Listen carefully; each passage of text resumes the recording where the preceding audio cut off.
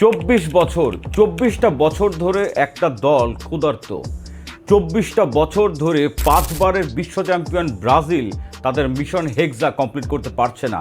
2002-এর পরে 6, 10, 14, 18, 22 কোনোবারই কিন্তু শিরোপার কাছাকাছি পর্যন্ত যেতে পারেনি বিশ্বকাপের সবচেয়ে সফল দল ব্রাজিল। ব্রাজিল কি মিশন হেক্সা কমপ্লিট করতে পারবে 2026 ফিফা ওয়ার্ল্ড কাপে? ব্রাজিল এবারে ওয়ার্ল্ড কাপে ডিরেক্টলি কোয়ালিফাই করতে পারবে কিনা একটা সময়ে কিন্তু দরিবাল জুনিয়রের সেই ব্রাজিল টিমের উপরে স্ট্রং ডাউট ছিল। ডন কার্লো যখন নাকি এই ওয়ার্ল্ড কাপ স্কোয়াডটা ঘোষণা করলেন, এই 26 জনের স্কোয়াডটার এই 26 ওয়ার্ল্ড কাপে যে ব্রাজিল যাচ্ছে সেই ব্রাজিলের স্কোয়াডটা কেমন হলো, সেই শেষবারের মতন তিনি যখন নাকি 2023 সালে খেলেছিলেন তারপরে কখনোই ব্রাজিল দলে নেইমার খেলতে পারেননি।